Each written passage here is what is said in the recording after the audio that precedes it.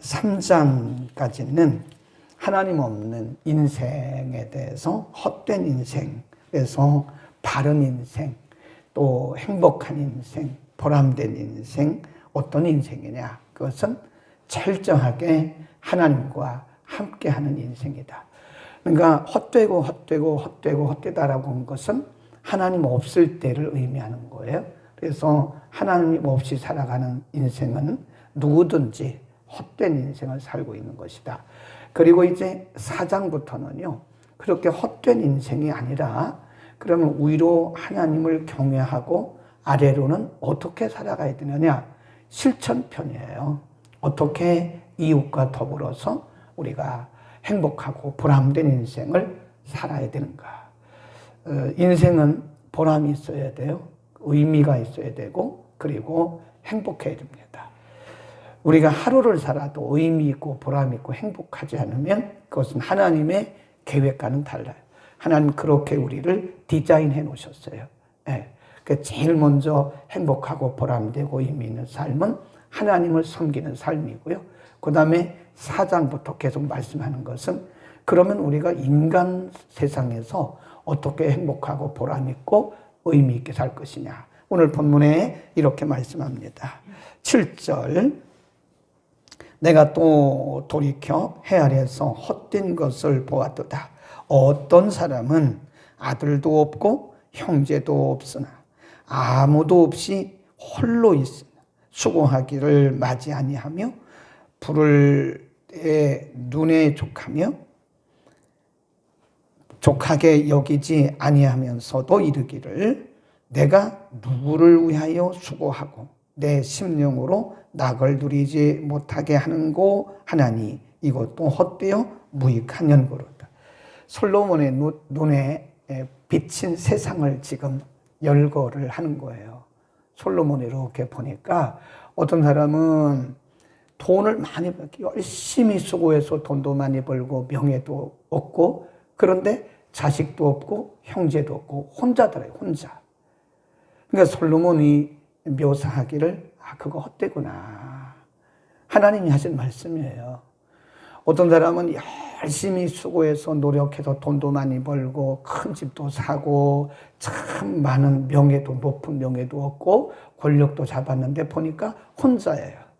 내린 결론이 뭐예요? 헛되구나. 그럼 우리에게 뭘 말씀하려고 하느냐? 그 뒤에 9절에 보면 9절 읽습니다. 시작. 두 사람이 한 사람보다 나음은 저희가 수고함으로 좋은 상을 얻음이라. 두 사람이 한 사람보다 낫다. 10절 혹시 저희가 넘어지면 하나가 그 동물을 붙들어 일으킬 것이다. 그러나 혼자 있으면 누가 붙들어 주겠느냐. 11절 두 사람이 함께 누우면 따뜻하거니와 한 사람이면 어찌 따뜻하겠느냐. 맞죠? 사람이 혼자 있으면 체온이 36.5도입니다. 근데 둘이 합치면 이게 굉장히 뜨거워요. 혼자, 이 추위에 혼자 살면 잘못하면 죽을 수도 있어요. 근데 둘이면 같이 있으니까 체온이 합쳐지니까 이게 따뜻하다. 그런 얘기예요. 그 다음에 12절 한 사람이면 패하겠거니와 두 사람이면 능히 당하느니 삼겹줄은 쉽게 끊어지지 않는다. 요즘 번역에는 세겹줄, 삼겹줄. 그러니까 이게 싸움을 할 때도 여럿이 힘을 합쳐서 싸우면 이길 수 있는데 둘이 아니면 혼자서 어떻게 이길 수 있느냐.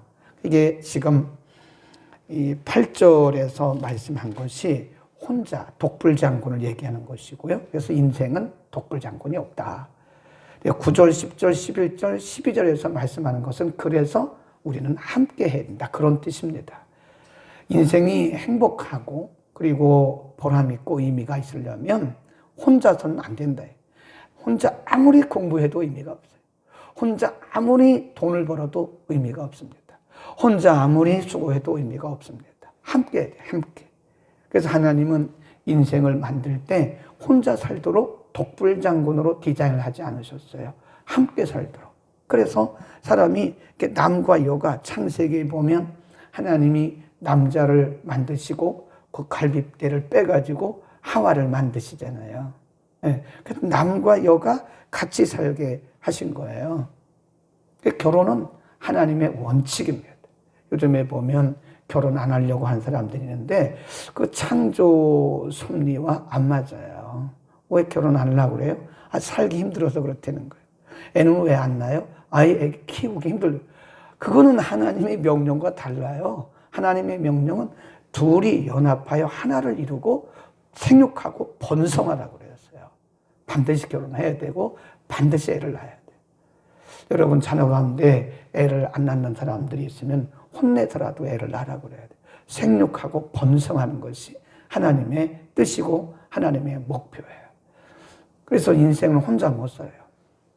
신앙생활도 혼자는 소용없습니다. 아무리 혼자 기도해도 그게 무슨 의미가 있어요? 더불어 기도해, 더불어. 예, 함께 기도해야 돼. 공동체 속에 살아야 돼요. 예, 하나님께서 교회 공동체를 왜 우리에게 두셨나? 이 교회라고 하는 것은요, 불러냄을 입은 자들 그런 뜻. 에클레시아란 말은 구원받은 자들 그런 뜻이에요. 모임, 구원받은 자들의 모임, 이게 교회입니다.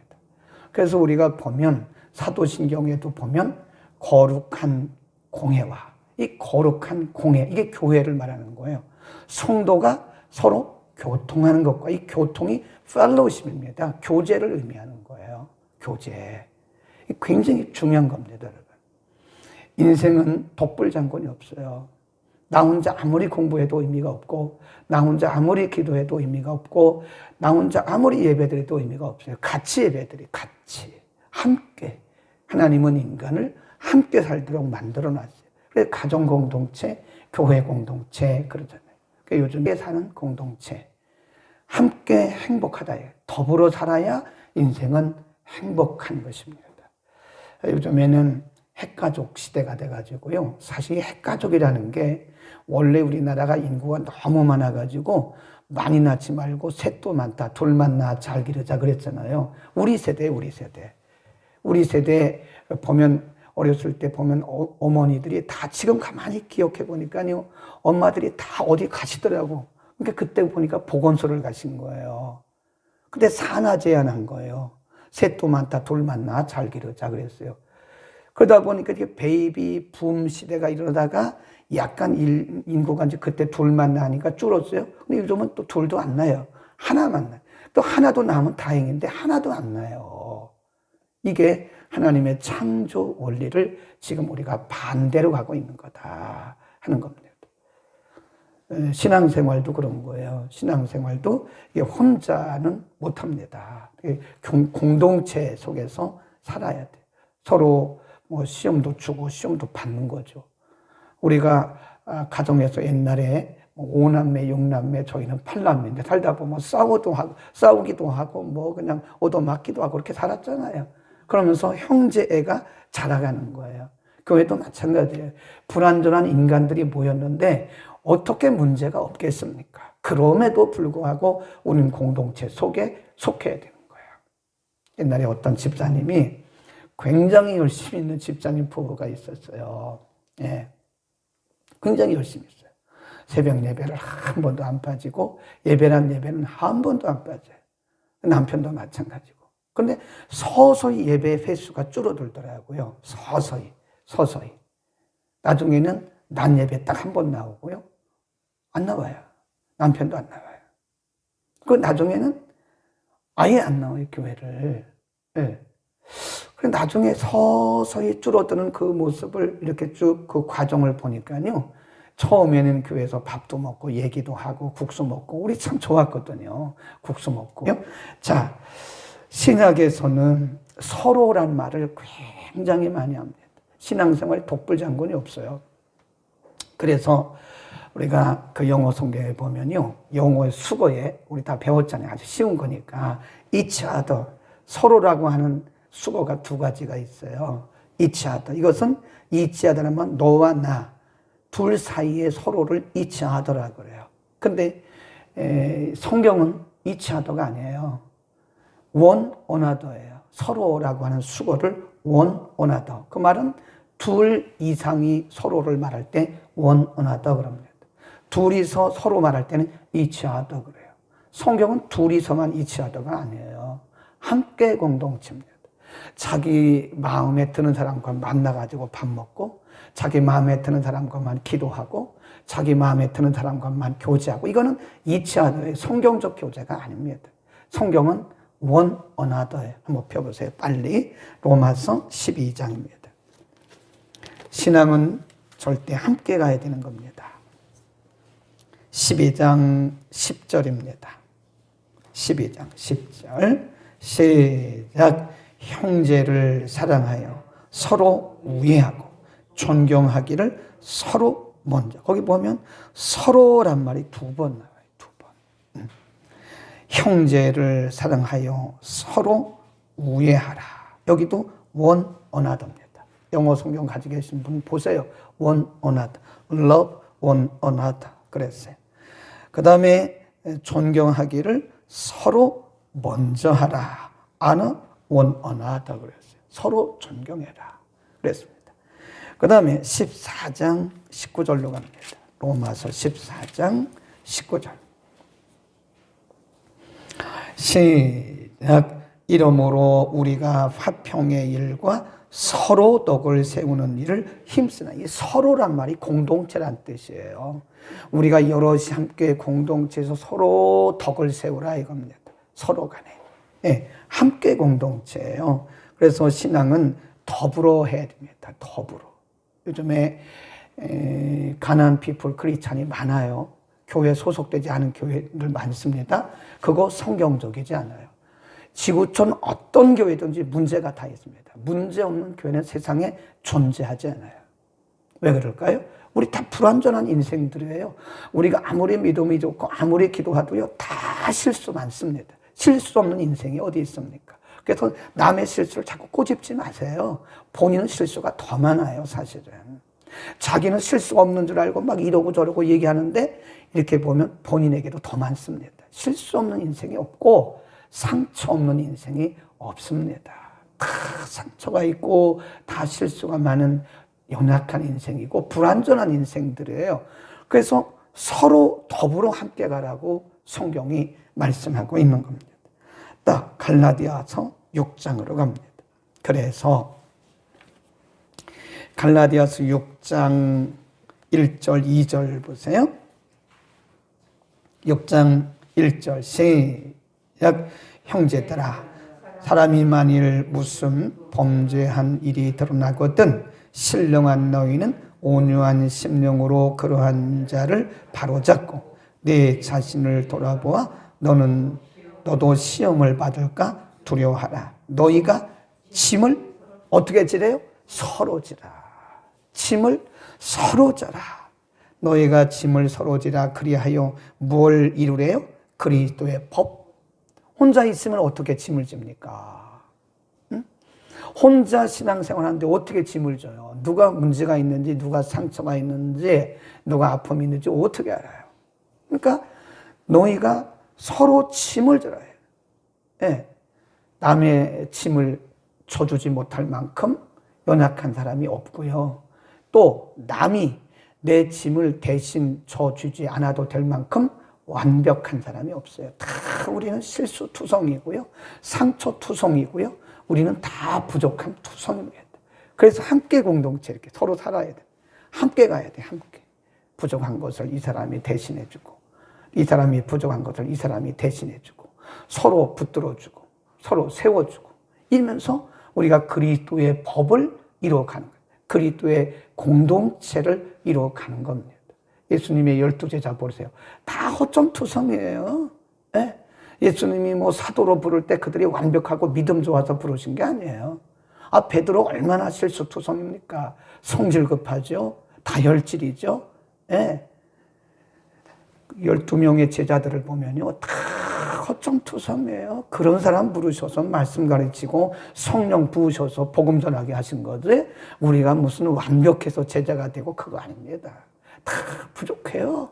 그러니까 서로 지라는 예수님께서 제자들을 파송하셨거든요. 12명의 제자를 몇 명씩 묶었을까요?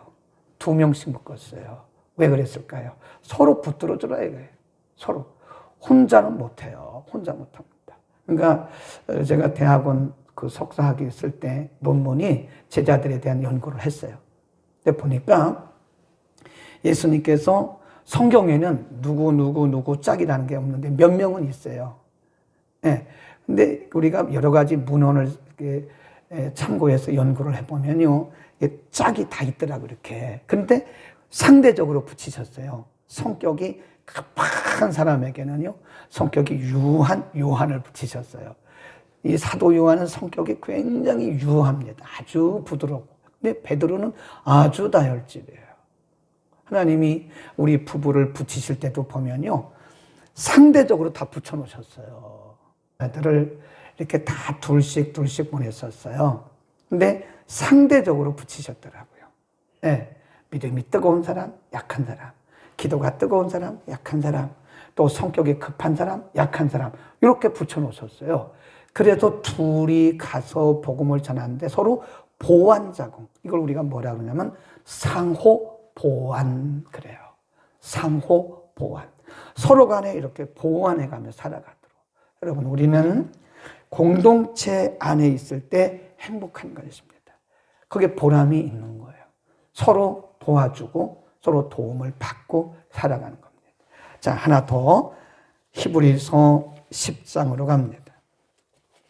히브리서 10장 24절 굉장히 중요한 말씀이 있어요. 혼자 아무리 기도해도 안 돼요. 의미 없어요, 그거요. 24 시작. 서로 돌아보아 사랑과 선행을 뭐하라고 그래요? 격려하라잖아요. 격려. 예, 서로 격려하라. 서로 돌아보라는 거예요. 서로 돌아보고 사랑하고 서로 격려하라 그랬습니다. 서로 돌아봐야 되는 거예요. 그러니까 원 어나더입니다. 둘만 하면 안 돼요. 자기 마음만 맞는 사람끼리 하면 그거는 서로 돌아보는 게 아니에요. 원 어나더예요. 모두가 같이 돌아봐야 되는 거예요. 그러니까 의외로 교회 보면요, 이렇게 조를 짠 분들이 있더라고요. 자기 마음에 맞는 사람들끼리만 서로 연락하고 문자하고, 아예 교회도 이렇게 보면요, 외톨이가 있어요. 그러나 봐서요. 처음 오신 분들이 교회에 정착할 때까지 데리고 다니면서 이분은 누구고, 목사님의 목양실은 여기 있고, 이분이 사모님이고, 누가 누군지 모르잖아요. 그러면 신앙이 정착이 되겠습니까, 그게? 근데 그 바나바 사역을 서로 해줘야 되는 겁니다. 공동체. 오늘 4장에서 하나님은 행복하고 보람있고 의미 있는 공동체가 뭐냐? 서로 배려하는 공동체, 함께하는 공동체, 서로 돌아보는 공동체, 서로 섬기는 공동체라고 하는 것입니다. 오늘도 여러분 주변을 한번 돌아보시기를 바랍니다. 이 추위에 떠는 우리의 지체들은 없을까? 식사는 제대로 할까? 응? 저분은 몇 주째 교회를 안 나오시는데 왜 안 나오셨을까? 아이, 그거는 뭐 전도사님들이 하는 거라고. 여러분이 다 전도사예요. 그게 무슨 전도사만 하는 겁니까? 그게 무슨 목사만 하는 겁니까? 누구든지 다 이렇게 보면서 생각나는 분이 있으면 기도도 하고 또 전화도 해보고 하는 거죠. 되겠습니까? 우리 가운데 한 사람도 외톨이가 없어야 돼요. 왕따 당하는 사람이 없어야 돼요. 교회도 왕따 당하는 사람이 있어요. 그렇게 하면 안 된다. 서로 돌아봅시다. 그게 행복한 공동체, 행복한 인생. 서로 나누세요. 서로 나누세요. 기도하겠습니다. 걸어가신 우리 아버지, 오늘 진정으로 행복하고 보람있고 의미 있는 공동체가 어떤 공동체임의 인생인가를 우리에게 가르쳐 주셨습니다. 하나님께서 우리를 만드실 때 독불장군으로 살아가도록 만든 것이 아니라 서로 돌아보고 서로 나누며 서로 격려하며 서로 세워주도록 우리를 디자인한 줄로 믿습니다. 특별히 교회 공동체 안에서 우리가 서로를 돌아보게 하시고 서로를 위해서 기도하게 하시고 서로를 섬기는 건강한 공동체가 되게 하시고 이로 인하여 우리 자신이 인생의 참 보람과 의미를 느끼도록 하나님 축복하여 주옵소서. 우리의 기도가, 우리의 예배가, 우리 열심히 수고하고 애씀이 모두 다 함께 살아가는 아름다운 공동체의 일원으로서 되어지게 하시고, 나만 혼자 생각하는 이기주의에 빠지지 않도록 우리 모두에게 넓은 마음, 하나님의 마음을 허락하여 주옵소서. 예수 그리스도의 이름으로 기도드립니다. 아멘.